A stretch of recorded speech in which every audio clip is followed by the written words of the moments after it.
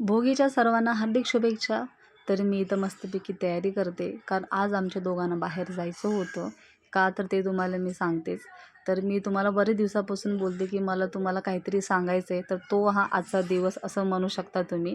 तर आज आमच्या लग्नाचा आहे वाढदिवस, तर ते सेलिब्रेट करण्यासाठी आज आम्ही बाहेर जेवायला जात होतो.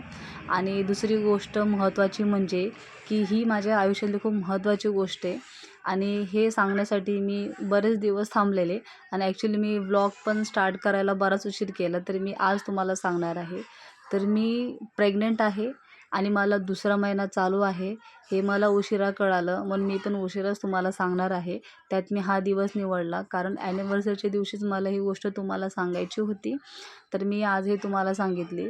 जेव्हा मला कळालं मी प्रेग्नंट आहे, तर मला खरंच खूप आनंद झाला होता. कारण जेव्हा गुरु पण जेव्हा पहिल्यांदा राहिला होता, तेव्हा असंच गोष्टी वाटत होत्या. तशी सेम फिलिंग आम्हाला आता येते. तर मी रिपोर्ट्स वगैरे काढले, तर सगळे रिपोर्ट्स माझे नॉर्मल आहेत आणि मला गोळ्या औषधंसुद्धा चालू आहेत. सगळ्या गोष्टी आता व्यवस्थित आहे. बरेच दिवस झाले मला खूप त्रास होत होता जेवताना, तर आता तो बऱ्यापैकी कमी झालेला आहे. तर सेलिब्रेशन आणि हे एकत्र गोष्ट आम्हाला करायची होती, त्याच्यामुळे आज मी बाहेर जेवायला आलो. मस्तपैकी आम्ही दोघांनी ते एन्जॉय केला.